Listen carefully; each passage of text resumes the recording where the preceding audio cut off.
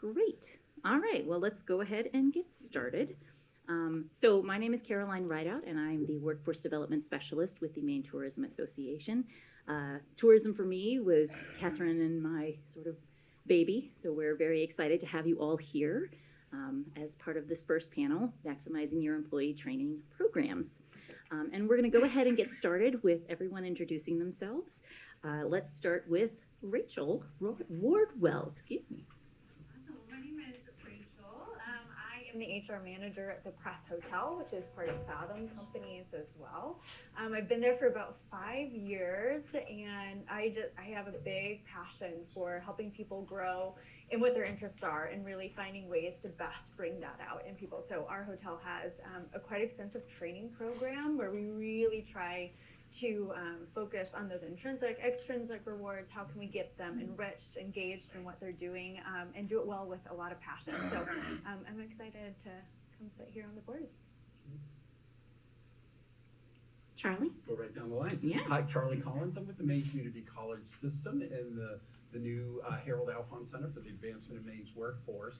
My focus is working around the state with our campus partners, as well as a lot of different industry sectors and companies on short-term workforce training. And we'll talk about what those resources are. Thank you. Very nice. My name is Sue Curtis. I'm with Maine Day Ventures, and we are deeply connected to the tourism industry because we are a tour operator. So we get referrals from hoteliers. We partner with motor coach companies and other transportation companies to provide tours for them. We partner with cruise lines.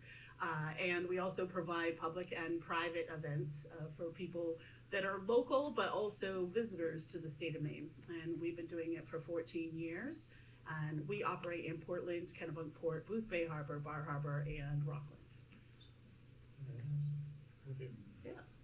Lise Baronis, Hudson University, apparently having a feedback issue. So. Three loves, my wife, number one.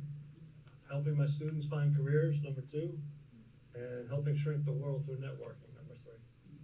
Very nice. My name is Hillary Martin. I work for Dirgo RMS. Our company is a little different than everybody else up here. We actually teach and train different businesses, corporations, and schools on different areas.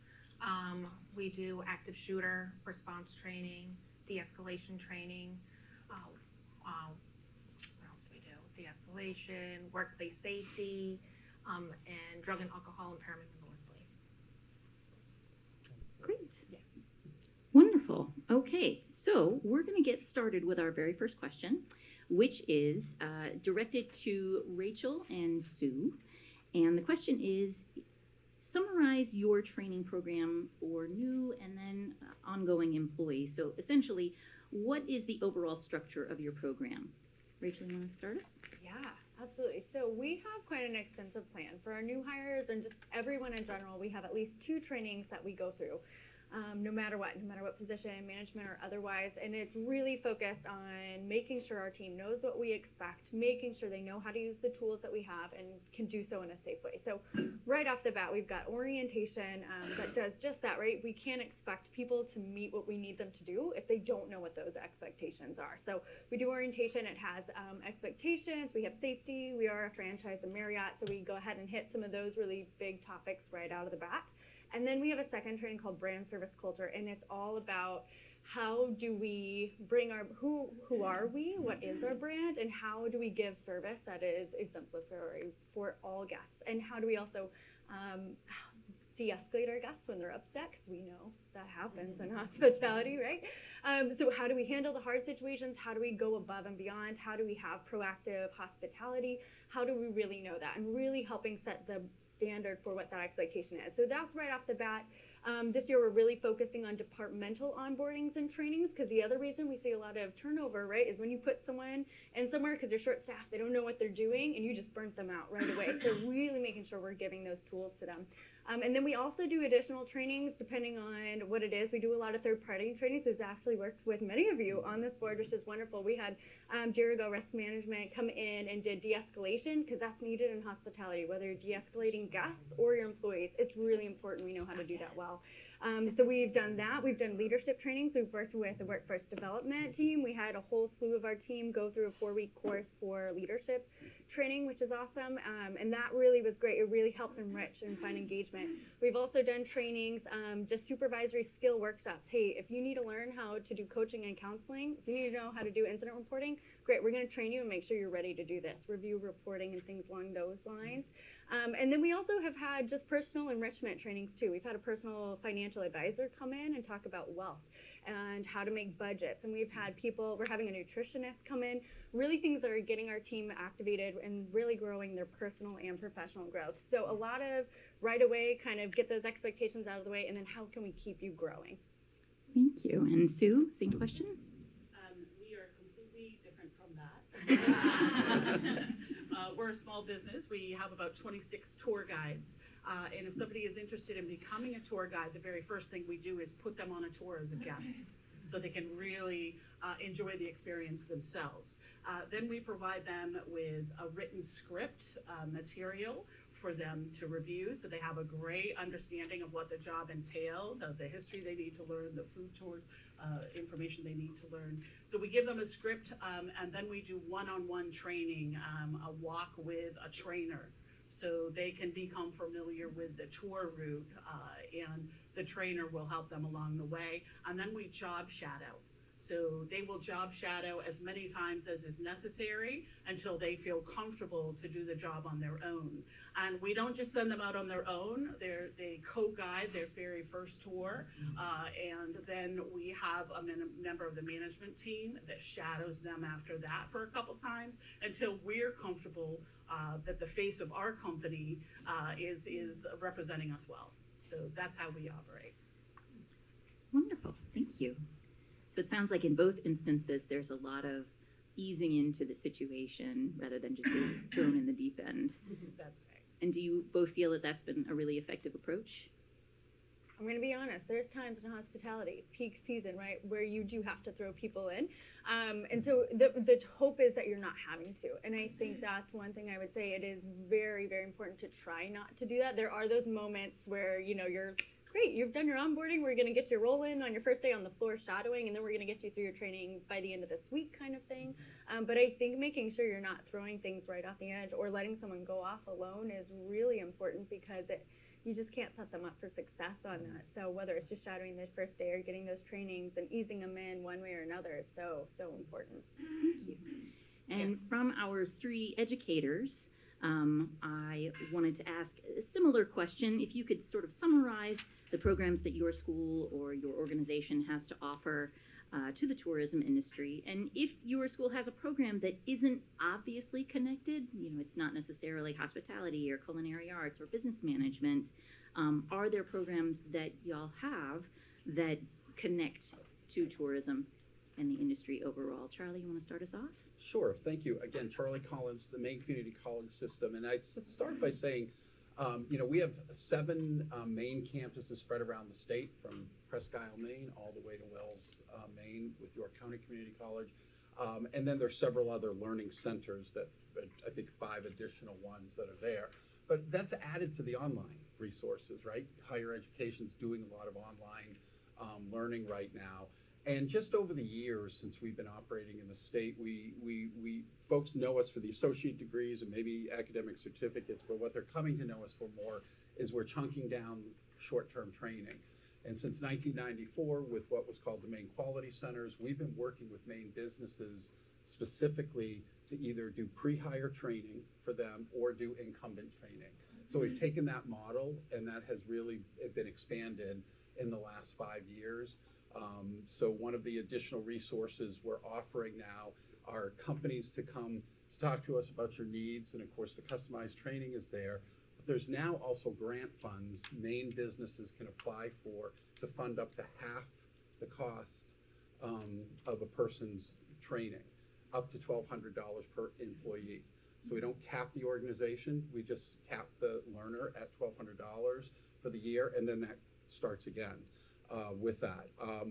One of the things, we have a resource table here today, and I'll just share with you, you know, it's about resources. You could quickly come and take a look at all the offerings within the community colleges, even some of those non-hospitality oriented ones, and say, yeah, you know, we hear from Sugarloaf or Sunday River, you know, we need somebody to maintain the lifts. Do you have a training program for that, or do people have skills from that, as an example? Or even the landscaping work that has to happen at a lot of the resorts around the state.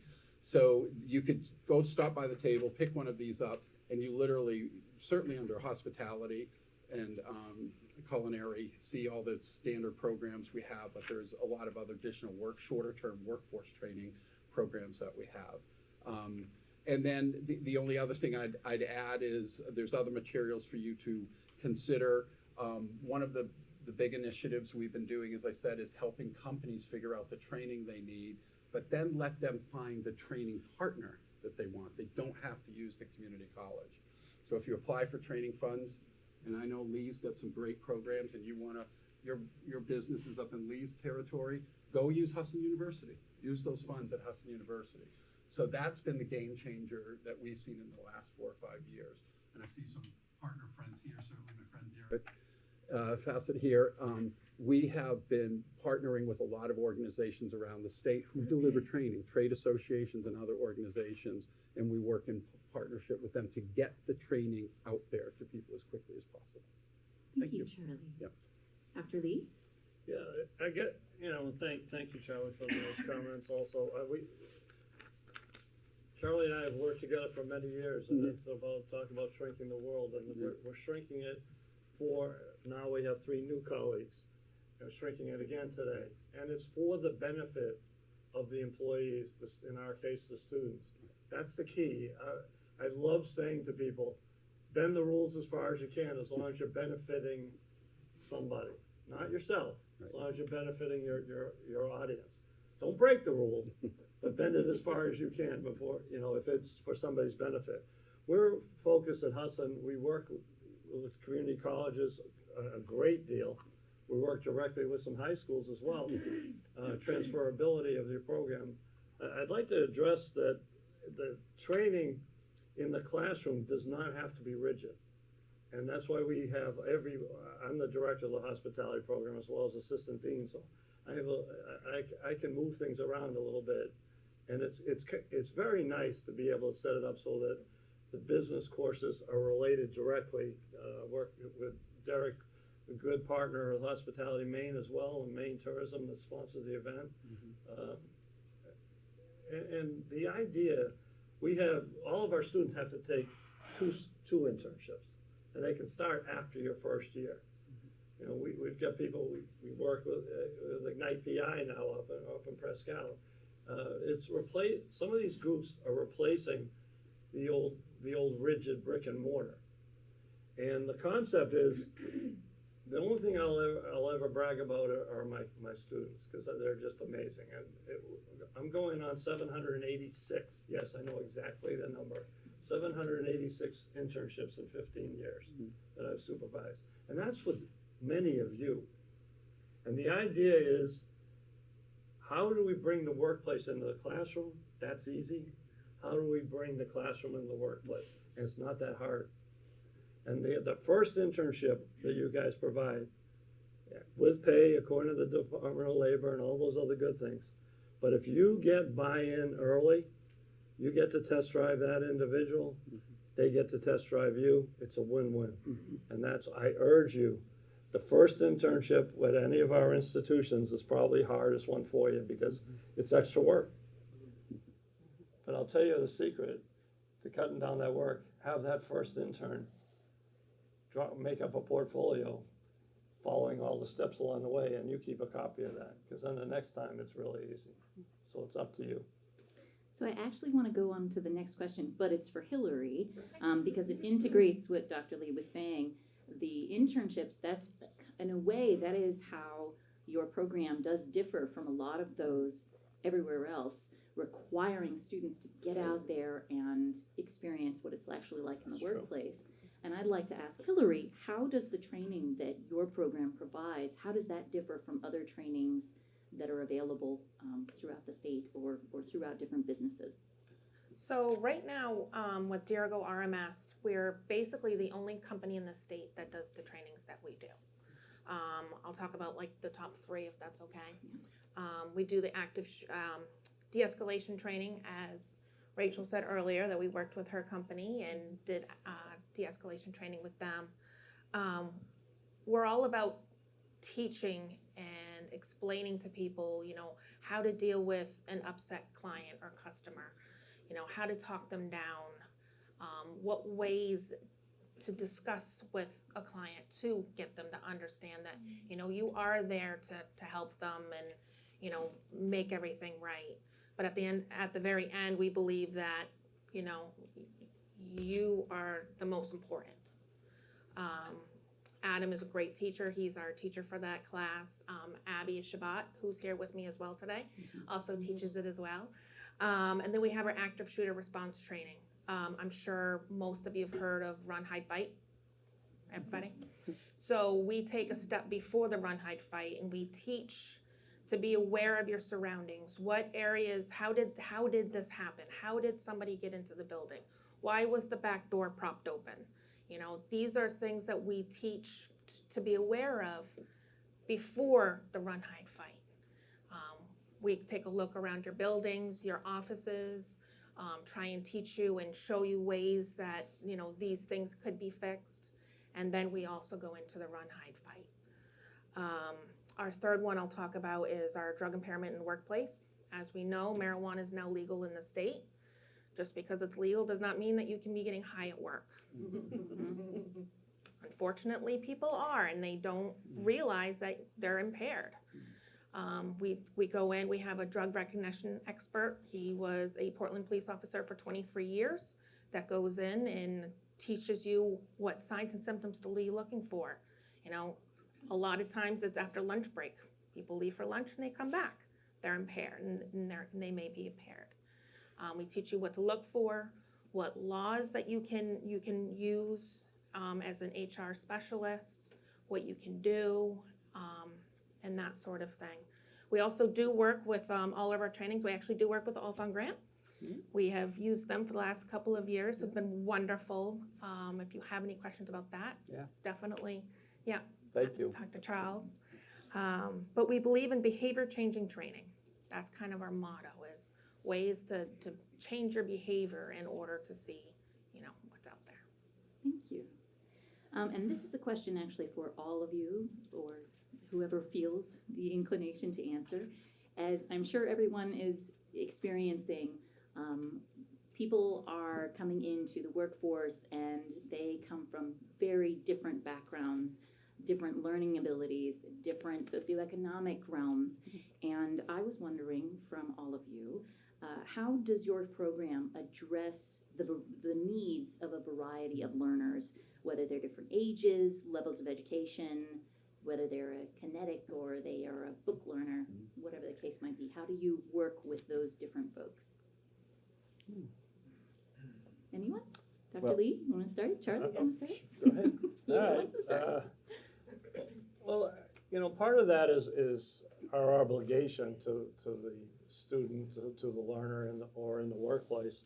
My wife and I have a consulting company. We have 4 employees as well. We have an obligation to be flexible. It's just simply good business. It doesn't mean you're not supposed to run your business. It means you're supposed to do good business, which means you need to take care of your people. Disney has that wonderful expression, internal and external guests. And, your internal guests are your employees. We're in the customer service business. So we have customers, guests, client, patient, student. They're all the same word. We're supposed to take care of them. So you need to be flexible. If it's hourly, just like in the workplace. If it's a young mother that's waiting tables at lunchtime and she can be the opener, but she needs to be first cut to meet the bus, then that's the first cut person on. It's really simple, and sometimes we get so stuck in just the numbers. The numbers will take care of themselves. If you've got a happy crew, they're going to make happy guests. They're going to come back, and the numbers will take care of themselves. Yeah, you might not be able to be open anymore Monday lunch, but you know what? Maybe you shouldn't have been open Monday lunch anyway. So take care of your people. You take care of your internal guests, that's an obligation. And I'm not saying for a second, don't make money. So please don't misunderstand that, I'm some kind of raving lunatic that says just to do hug your staff, everything will be okay. You got to watch the numbers. That's why we our program, and Charlie knows this, is based on business. It's a Bachelor of Science. It's 80 of the 120 are either hospitality or business classes. It makes a huge difference. But be flexible. My God, thank God, we're in private school because we can make things happen really quickly. Because my colleagues I know it's harder for you, Charlie. But it's just the nature of the organization. Yeah. Yeah. I hear you. I think being a small business, we're a little bit different. If we feel like you are going to be a great guide, then we will support you however we have to. So if you can't learn a script by reading it, we will record it so that you can walk along and listen to it. Because we believe in our people, and we are small, and we can do those sorts of things. So if we believe in you, we will make sure that you get the training that you need to represent us well and yourself well. So that's how we operate. Well, and again, doing higher education for as many years as we have, in the variety of students that come to a traditional community college, their learning styles are all over the place. So we're going to take years of knowing how to apply that. Do we get it right all the time? Is it always changing? Yes. Oh.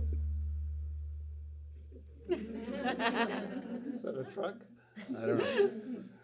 And really not wanting to broad brush, but if you were to look at that 16 to 24-year-old group that Mark talked about, then the 25 to 50, and then the 55 plus. And I don't want to broad brush because everybody can still have learning styles in there. But if you're not putting short form video out there for that 16 to 24-year-old, they are not paying attention. And it's not a long video. Remember that. You can't put a 30-minute video in front of them. It better be short chunks. For others, in that middle group, it's going to be a combination. I'd like to see some text. I'd like to see some video. I think if you were, and I don't want to broad brush, but if you were to look at the most of the people 55 plus, no, slow this down. Give me the PowerPoint slides. Let me read through them, but maybe have a link to a video within that PowerPoint slide. I really like your philosophy. And I'm not trying to broad brush by ages because everybody has learning styles in each of those age groups. But generally speaking, those are the mediums you want to be working with. And I think the smaller you chunk down the information and let them do mini check-in quizzes and feel success, they'll go on to the next module. They'll go on to the next module. And then you start building up their confidence. And I don't mean to jump in, but, ladders. Yeah. There's stages. There's different stages of learning. There's, are you going for your master's degree or are you going for a certificate? They shouldn't be taught the same way. I mean, it's pretty simple, and you can't be rigid. I mean, my God, we're in hot food hot, cold food cold. But that's the only rigid rule. That's, you got to make the bed. Okay, well, no, vacuum the floor. Those are that should be the most rigid rules you have. But you need find a way to teach it so it relates. I don't think I'm going to throw Charlie and I under the bus. I don't think a TikTok video with Charlie and I starring in it is probably an effective learning method. But there are somebody that work with us, or one of our students, or one of your instructors. You guys might make a TikTok video. I don't know, but but use social media to your advantage. And again, short. And I love walking around. I love when you go to a museum and you can grab a walking tour. Or use technology, but use it in the right way. Yeah. So Dr. Lee, you actually bring up a good point, which is my next question, because you mentioned if you're going through for your associates or your bachelor's or your master's degree, you're going to alter how you're going to work with learners. And so I'm wondering from our business owners here, how do your programs, your training programs, how do they provide those opportunities for advancement and further learning beyond the initial entry level or foundational position? Yeah. So I think from a business area, I think it does depend too, kind of who you have. If you've got people you really want to promote into those supervisory roles or manager level. So in the base level, it's even just giving them the skills, whether it's a tips course or a serve safe course, we're running them through. We're getting them through some OSHA trainings or first aid trainings, right? We do all those things too, but then there's that next step. And I think that's also what also helps with retention, right? Putting them in those supervisory skills. Now working, especially with workforce development, they've got scholarships on courses too. So giving that knowledge, making it known is huge. And then for managers too, just continuously building their just their tool belts is huge, because then they start feeling way more empowered in what they do. And then Press is fortunate to be part of Fathom Companies, which really values internal growth and promotions. They've opened other hotels, and the team we've started at the Press has grown up and gone to other hotels and continued those. So I think just really reinforcing those values too, giving them the resources, half the battle. Some people just like, I don't know where to start. Right. That's what I'm here for, HR, right? That's resources. We're supposed to give those. So making sure that they are there. And when we do have someone who is wanting interest and expressing that, giving it to them. I also think giving that straight up feedback too of, hey, I know you want to grow. This is what I need to see to do that too. Because sometimes we can do a disservice to people by not telling them the truth of where we need to see them to grow. So I think that also helps them and really encourages them towards growth. It's been really exciting to see a lot of people grow. We've got our rooms manager now started with us 8 years ago as a room attendant, and she's killing it. That's awesome. That's a really cool story. So I think it's giving that feedback and not being scared to do that, and really knowing that training and feedback right away and giving the resources is huge. Yeah. How about you, Sue? Sue? I agree with that. The thing that's a little bit different about being a tour operator is that all of our guides are pretty much reviewed on social media every single tour that they do.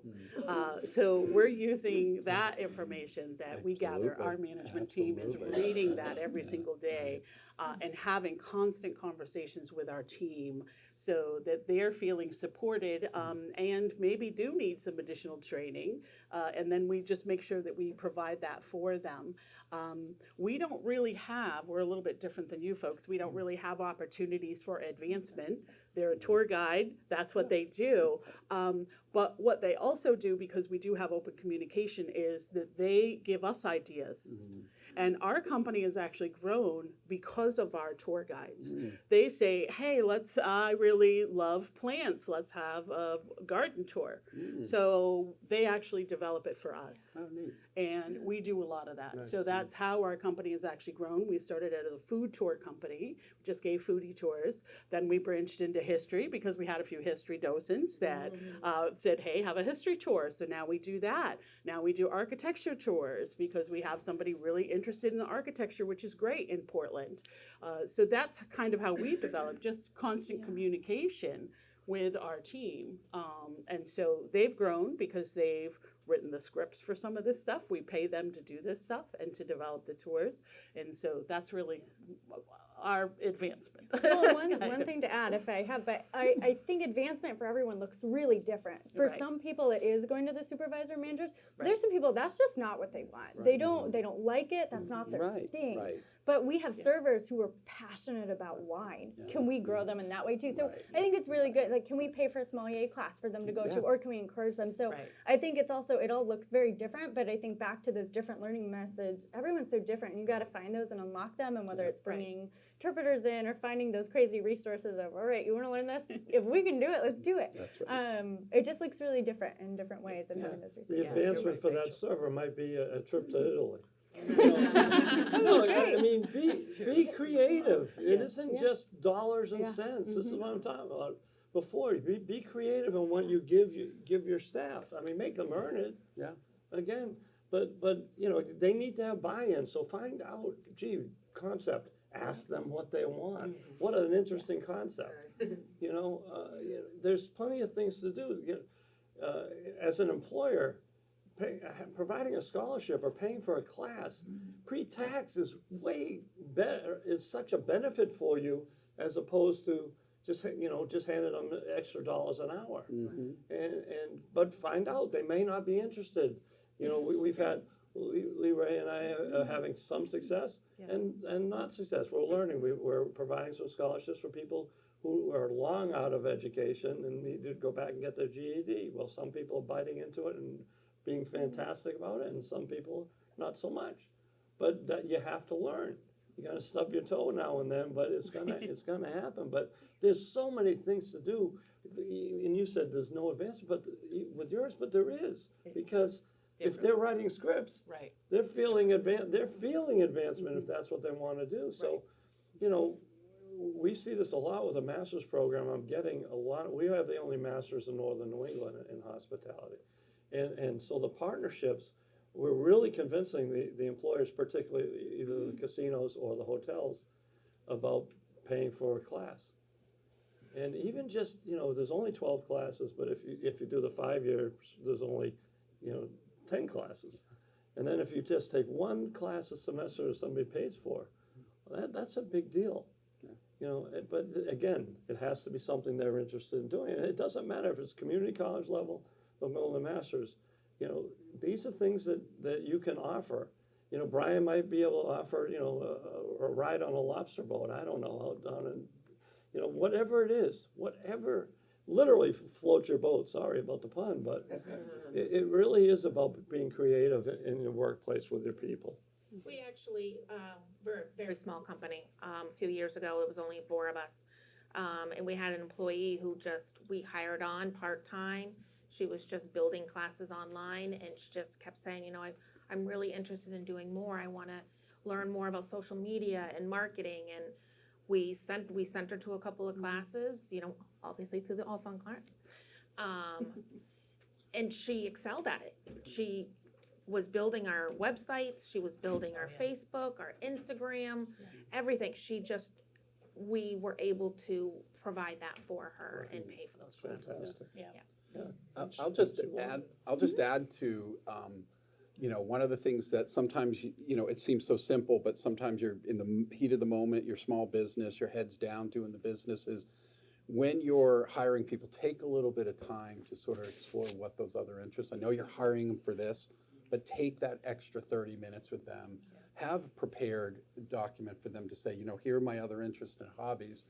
And then don't wait for annual reviews or semi-annual reviews. I would do it once a month, do what I call stay interviews. Sit with them for 5 minutes. What's changed since you've worked for us? Oh, I didn't know you did this. Now I've got this interest.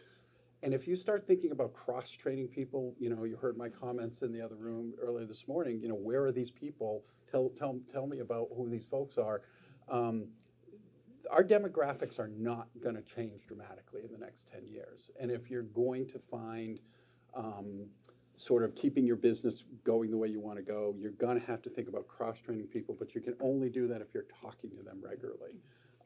And I can't emphasize enough the supervisory training you put your folks through with that, because if you look at national and world employee polls, what they tell you is, I don't want to leave my company, I'm leaving the bad manager. Yep. I'm leaving the bad supervision. Absolutely. They don't want to leave your organization, they love it, but they can't stand to work. So if you're going to put time and money into people right now, what is sort of a global thing right now, put money into management. Yeah.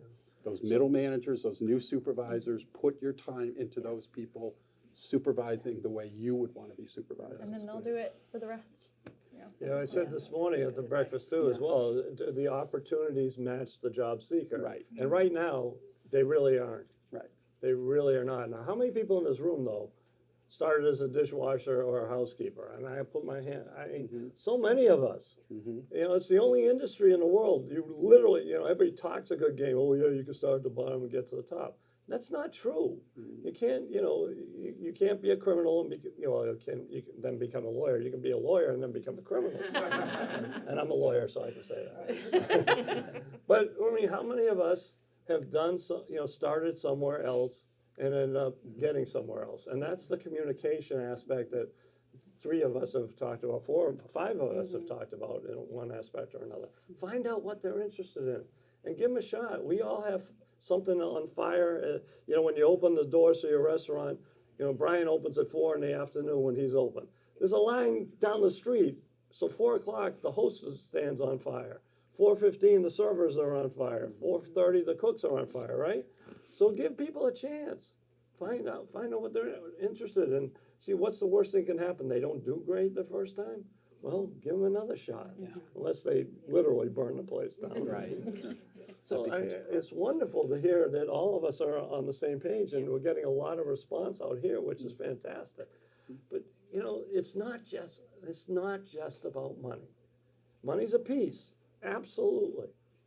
But, you know, the less turnover, the less training you have to do, it sure frees up time for Charlie's point of asking them a question. So invest the time, even when you're at your busiest. I know when there's 180 meals an hour and you're expoing, it's not the time. But an hour later, it might be the time, and you can refer back to it. So We in do- the same, I'm sorry. Nope, go right ahead. I was going to say, so in the same sort of vein, I'm wondering from all of you, what are some current positive and negative trends that you are seeing with incoming trainees and employees that you can sort of pinpoint? What would you say, Hillary? With training with different companies, we see, obviously, businesses are shorthanded. They're busy. They don't have time for training. They don't feel they have the money for training. But we've done third shift trainings. We've gone out at 8 p.m. when the restaurant closes and have done trainings. We've gone to companies that just are doing shift changes. We'll do second shift when they're getting off. We'll do trainings, and then third shift. Nice. We've learned to be able to be flexible. I think that's like the biggest is that and a lot of people that are in a position for a long period of time sometimes have tunnel vision. They come in, they go to work, they get the work done, that's it. They don't learn to, you know, maybe there's a better way of doing something, a shorter way of doing something. And we like to go in and, you know, see what you're doing for your job and try and make it better for yourself and for everybody else. Anyone else? Yeah, I would agree with those, and I can attest Ergo was actually really good at this because they showed me, came in, I met with them way earlier, and we really looked at kind of what I already had going on in trainings, how we can reinforce that, how we can work it, and then they were showing me the timetables, and I looked at them, and I went, there's no way Right. I'm going to get my managers to take this much time. I was like, Right. how can we get creative with this? And they, sure enough, they were like, great, let's move it this way, let's shorten it. If you already go over this, you know, we really work together. So that was huge. So I think that one of the negative trends definitely is hospitality. It's hard to get people through trainings, right? Culinary, oh my goodness, it's so hard, right? Because by the time you're hiring them, especially we know with the staffing shortages that we've had, especially in culinary, I feel like it's a huge hot topic, right? By the time you get them in, you just got to get them in and going, right? That said, you just went that whole time of recruiting without that person, so why can't we wait one more day to get them going, right? Because once they're in, it's really hard to pull them. That said, if you don't take the time to train them right away, if you don't invest it, your risk, your liability is way up the roof. You've just wasted tons of time turning someone over who you just spent a ton of time recruiting, training, right? So it's worth the time doing it. So the negative trend is in the tunnel vision. You're so in it. Some of us who've been in hospitality through the pandemic, right? You are constantly fighting, right? You've just been fighting and going and going. And so taking the time to change that mindset is huge. And we also know the work ethic from the pandemic is totally different, right? I've seen things, I'm like, what in the world? I have more part-timers now than I ever have. And so it's just different. So really trying to invest that and making sure your leaders are also really gung-ho for it too is huge. And then the positive trend is people are hungry too. I think Dr. Lee, you mentioned it in your question earlier, is we have a lot of positions. We're seeing people moving on to new opportunities, to better opportunities, which is great. You cheer them on in that, but then it leaves that hole. And we have a lot of people who just want to grow, but they don't have those foundations yet because they were a little bit kind of exported quicker than normal because of the pandemic. So I think there's a good and bad in that. I mean, sometimes your manager's a little bit more green than we've seen in the past, but they're so hungry for it. So really helping them get that and giving them the tools that they need. Yeah. I would just say a really positive trend that we've seen coming out of COVID is particularly in the restaurants, restaurant groups or even individual decided, let's do this training together. Yep. Let's get one of our ballrooms on a Monday, and I don't want to say Monday because people are open on Monday too, but they picked a time, they all worked together, what would be the most that wouldn't affect the business. And instead of one-offs, what these restaurant groups one-offs, they collaborated, and they got like 100 people through some of this basic de-escalation training. I think may have been one of them, and personal safety training, and that was early, just coming out of COVID. So I thought that was a positive, and like to see more of that. I think you're all going to benefit. You're all going to benefit. Yeah. So primarily, the people that come to work for us are early retirees. So the issue that we have with training is usually technology, training to use the technology.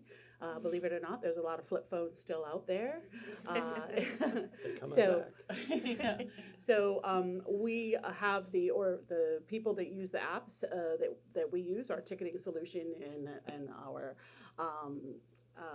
calendar, those sorts of things. We actually bring those people in and have a mandatory training for the entire staff.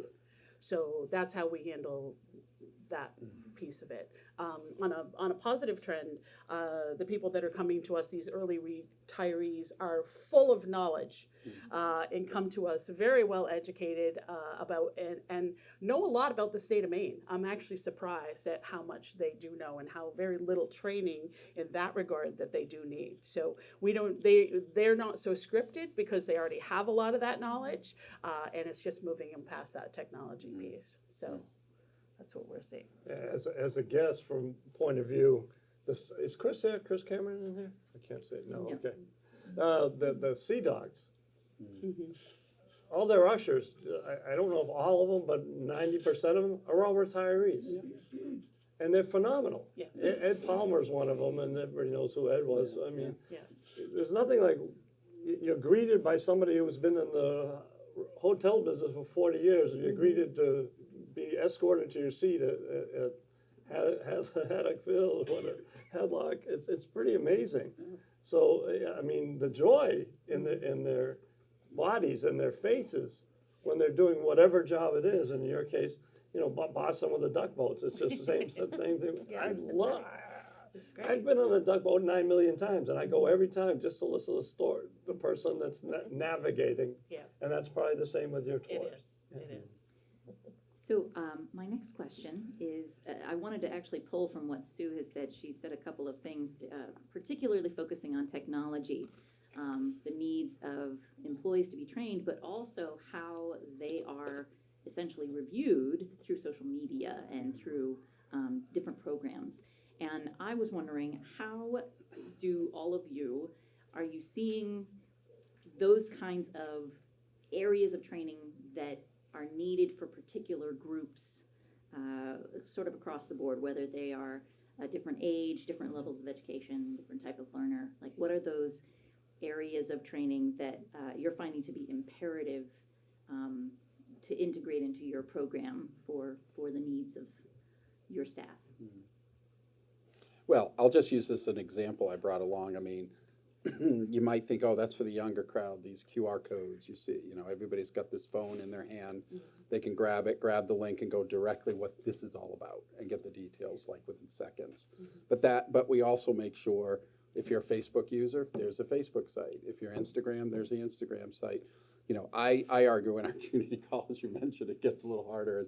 No, we probably won't be able to put TikTok link on there, and things like that, which is to the detriment, I think, of us reaching an audience.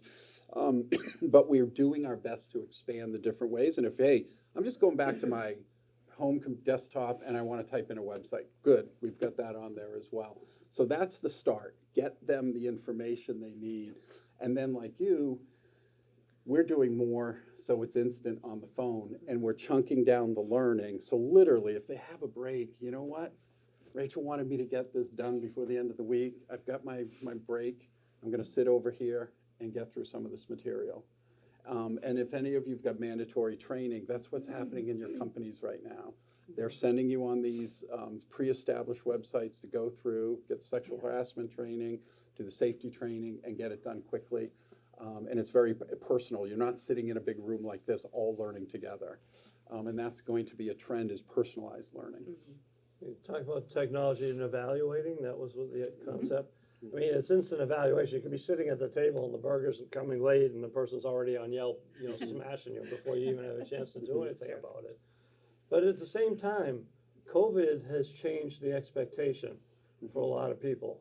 You know, the sign on the mirrors in the bathrooms here, you know, says we no longer provide daily, you know, housekeeping services. Right. Well, the expectation isn't for anymore Right. for daily housekeeping services unless you're at, you know, it's real big time glam hotels, which most of us can't afford. But, you know, things are changing that way. I mean, how many of us wash our towels and sheets every single night? Let's be serious. So that was kind of a fallacy in the industry. It was a lovely thing, but instant evaluation. Wait a minute, those don't get washed? If the room changes. Oh, phew. But if you're staying overnight, Charlie. Yes, like I was last week in Bangor. But instant evaluations, you know, we're evaluated through technology literally almost instantly. You know, people are in the back right now saying, "Oh, I wish they'd be quiet," you know, kind of thing. But you know, that part has changed. Well, look at that. We got chipmunks sitting over there, right on the chair, attending the class. Look at that. See it? Very cute. Yeah, Squirrel. That's why I did that. But it is instant. You have to realize that people can comment almost immediately, and the response needs to be, you know, immediate. Immediate and genuine, I know. Speaking of other areas of training, one that as I've been going into schools and talking to students, you know, 15, 16, 17 years old, I personally am encountering a lot of struggles with soft skills like eye contact and communication. And I'm wondering, from the perspective of my panelists here, what training are you guys looking to implement for those particular skill sets in helping the new generation of workforce as they enter businesses? What I'll quickly say, if you've taken a traditional college course in the last 20 years, I don't care what the subject is, there is some sort of presentation that you have to do. You got to stand up in front of your classmates. And now I would say in the last 3 years, if it's an online class, there's usually a Zoom component. You're going to give your public speech. You're going to give your presentation to your class, which does get graded, which does get feedback on how you present, not simply what you said, but how did you deliver it. So I know that's going on now, and I don't think there's any college or university that would deny that. That's pretty widespread. It's a way to teach somebody something, even in a subject that has nothing to do with communications or speech or anything. You're going to do a presentation in front of your folks. I think it's the reinforcement from the employer. When you come out, you've been told this is how you should do it, and if they don't see it, they need to speak up. You know, and hey, Charlie, I like you, but you know what? You never give eye contact when you start talking with your coworkers. It's okay to say that, but it's how you say it to them, right? Don't say it that it's a bad thing. We're going to develop you. You're going to learn this, but I want you to be paying attention to it. Yeah, again, and not being rigid about how you do it. If the person's really uncomfortable, try Zoom, because then you're really kind of just speaking to a TV audience. Sure. You know, our School of Technology chair always jokes that his students, IT introverts, speak while looking at their shoes. IT extroverts speak while looking at your shoes. But, you know, so we have to work with that. You know, how do you get them to lift their head up? You know, every component in education of any kind, and I mean training in the workplace, make it part of training. You know, if it's uncomfortable, how do we make it less uncomfortable? I've had an employee that has trouble with confrontation, no matter what. She would go days and just be upset about something. And when we did her performance evaluation, we kind of discussed, like, what can I do to have you open up to us if there's, you know, a situation in the workplace? Send me an email. Tell me what's going on, and then the next day we can follow up in person. Get the words out if that's easier for you, and then we'll have a meeting about it. And that really resonated with her and really helped her to be able to open up to me. It's a great technique. Yep. And again, that goes back to having a good manager and really investing in your management team to make sure that the people who are entering and who might not be so familiar with the industry or with those skills they feel much more comfortable and able to move forward and help the success of the business. And it's gonna get worse than before it gets better, though, sorry, because the COVID generation is really shy.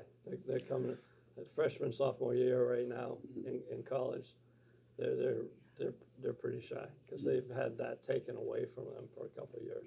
Yeah, I have so many different thoughts on this too, because I do think it does depend what position you're in too, right? Especially as I have a lot higher expectations of guest interaction for a guest service agent than an engineer who really, I expect you to be friendly when you see the guest, but if you're doing your thing, so there is that. So I do think it is part of training, but I find half the battle too is, I call it speak truth with grace. Our managers need to be empowered to give that feedback, but you need to speak the truth in not such a harsh way that they're now embarrassed, but in a way that's gracefully. And I also find half the battle is, some people just don't realize how they're coming across. And I'm very bold about in training. So I'm like, hey, if you keep getting feedback that we all need to have grace with each other, that sometimes miscommunication happens, and maybe I just seemed really off that day, and there's always two sides of the story. But if you keep getting the feedback that your tone is bad, it might be a good time to take a step back and evaluate, hey, what's going on here? And then we've had some guest service agents that we would get feedback back, and we'd have to sit them down and say, hey, do you realize how this is coming across? And half the time they just had no idea. They had no idea. And then I think the supervisory skill class, one of the things I really loved about that course that we did with workforce development is they took time to find out what everyone's communication style was. And then once they started realizing that, and they started realizing the different personality traits, there's these color palettes, right? The team started coming back to me and they're like, Rachel, I get why she responds this way now. That's not what she's intending behind it. But they started to finally understand how this interpersonal thing is. The biggest battle with all managers, right? The people are the hardest part to deal with. Everyone's so different. Everyone communicates so different. Sometimes intention is different too. And then we also, I think for us, we have a lot of English as a second language, right? We're coming in, eye contact might be actually respectful in a different culture. So it's also taking the boundaries of, okay, let's be graceful to cultures. There are certain work expectations, right? If it's okay to punch someone where someone else is from, it's not work appropriate. You can't do that. But like being gracious with those things and trying to balance that. And then again, it really depends on your position and giving that feedback. And then taking the time, especially with your managers and your supervisors, to manage the different personalities and communication types. And I think it's a big call on managers to be able to manage well, and that's why it's so important that we give our managers and focus so much resources in that team. So we have about 5 more minutes for our panelists here. We've got more time for questions, but I did have one more question for all of you, and I would like to start with Hillary.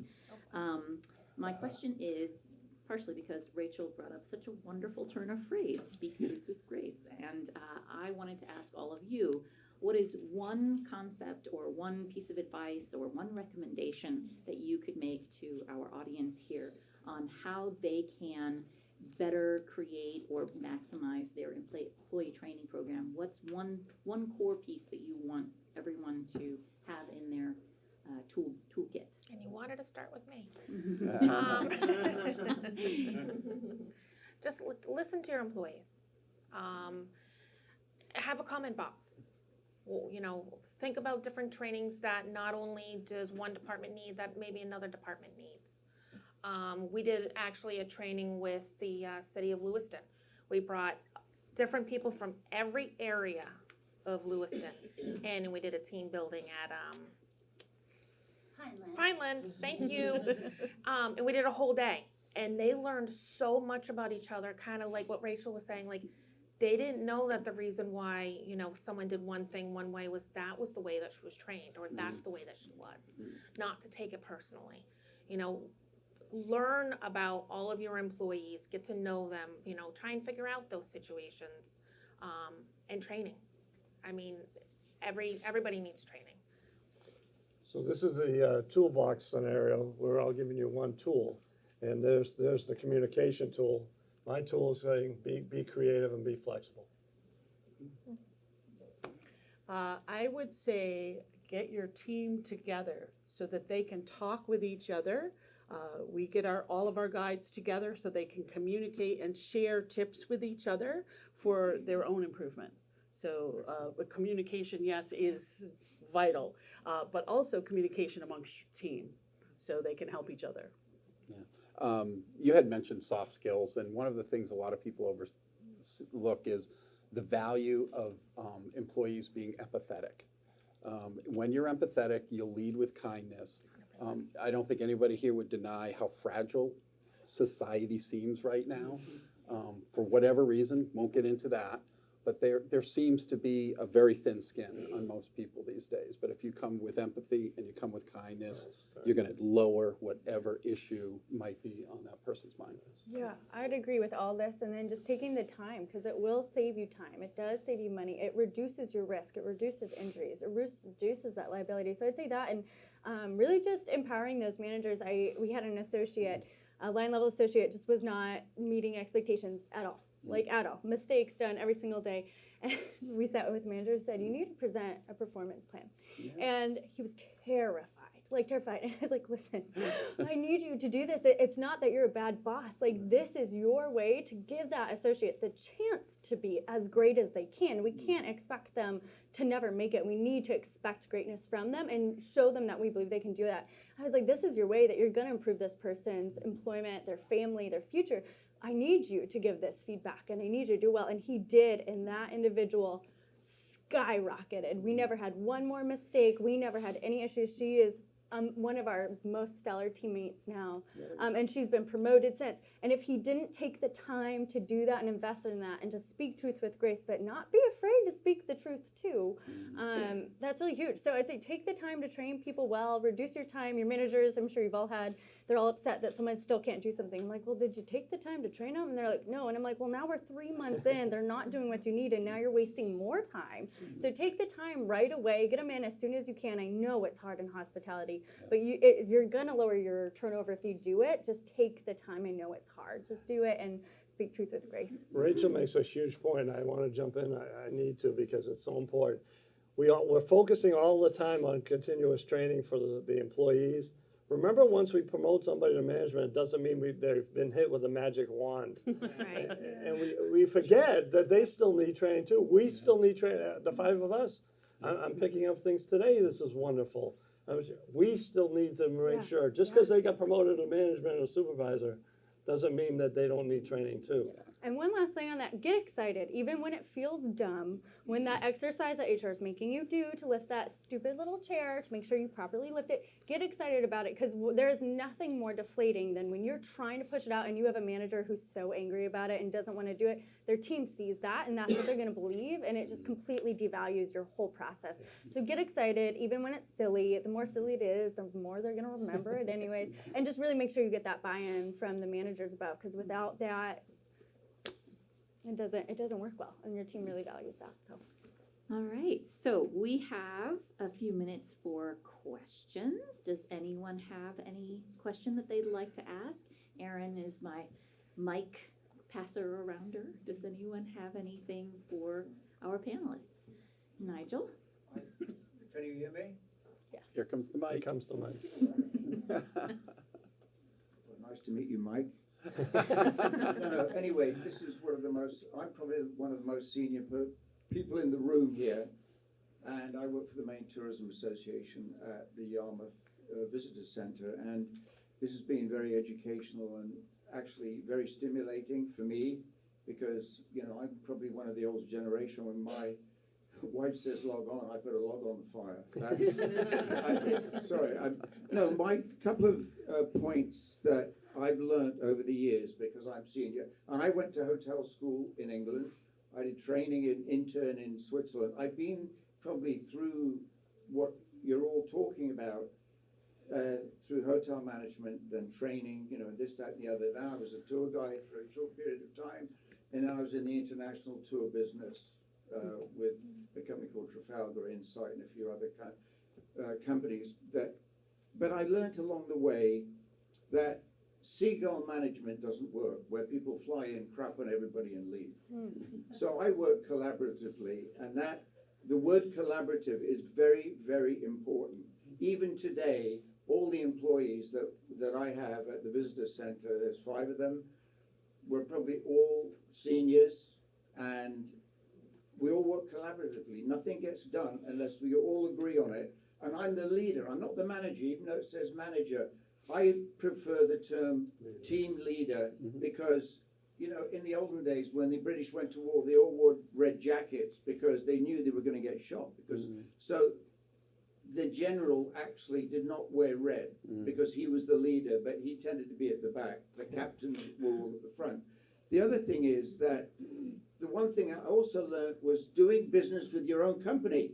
A lot of people, I think, Lee, you mentioned it, or Dr. Lee, I'm sorry. It's very important.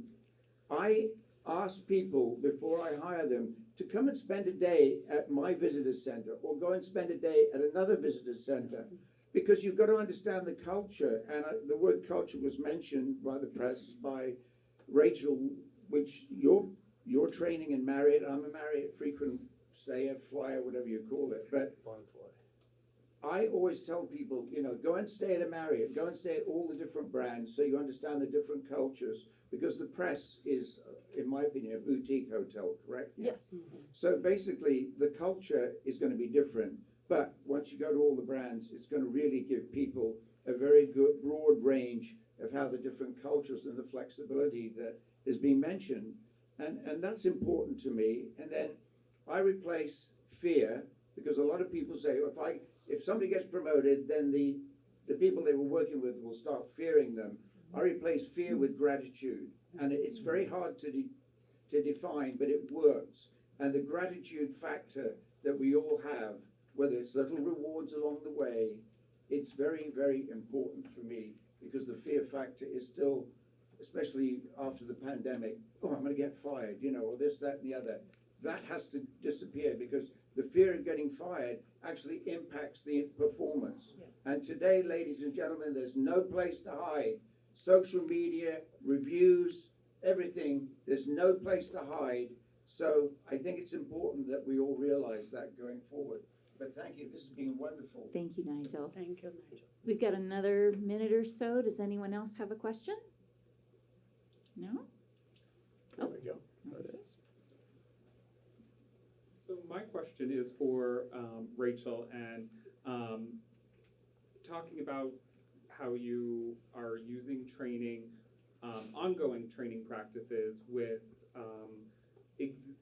existing staff, and how are you working to elevate people that have been in long-standing positions and might have become complacent, and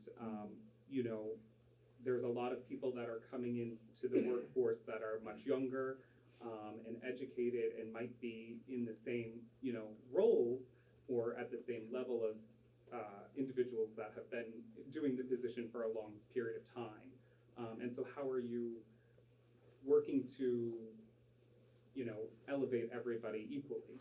Yeah, that's a great question. I think there's a few different ways, and I like that you brought up. We do have those associates who just hate trainings, or they're just complacent. It was a big victory when Dirigo came. We all have that one manager, right, who's just like, if you put me through a training, Rachel, I'm gonna be really grumpy about it. And I was like, there's cookies, so go. And when he came out of Dirigo, he's like, this is the best training I have ever had. He's like, I didn't even think of things this way. And he was on fire, which was just a shock to me. I was like, this is very unexpected. I'm so excited about this.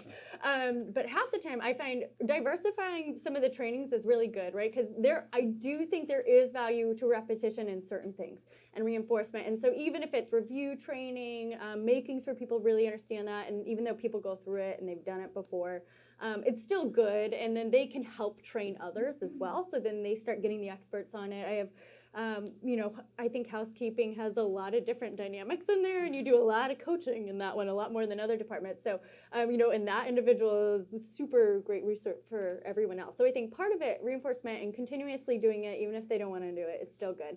And then diversifying the trainings, getting new trainers in, getting new things. And then it's also specializing trainings to that person. So we do annual touch bases, and someone's got a director, right? Think of it more as a mentorship. And those annual reviews are also goal setting of, okay, where are you at now? What do you want to grow in? And because we do get to a point where maybe we don't have the promotion right now for you. Like maybe we can't move you to this new role now, but what's something that maybe you're lacking in your tool belt that once that role does finally come open, that we can grow with it. So I think it's between getting new and diversifying your trainings and getting some new things that they can get excited about, and then a mentorship program of just your managers having those conversations. Where do you want to grow? And then if you can, especially if it's someone you've had for a long time who's clearly shown their loyalty and their impact to the company, is finding a way to be creative and get them some training in that. All right. Well, thank you all very much for attending our first panel here. At this point, we do have some refreshments. They are in the Casco Bay room, but they are also right down the hall. If you are interested in attending the Retaining Seasonal Staff Year-to-Year session, it will be in this room in 15 minutes at 11 a.m. The other panel is Recruiting from Diverse Populations, and it will be in the Casco Bay room. But in the meantime, thank you all for attending, and thank you to our panelists.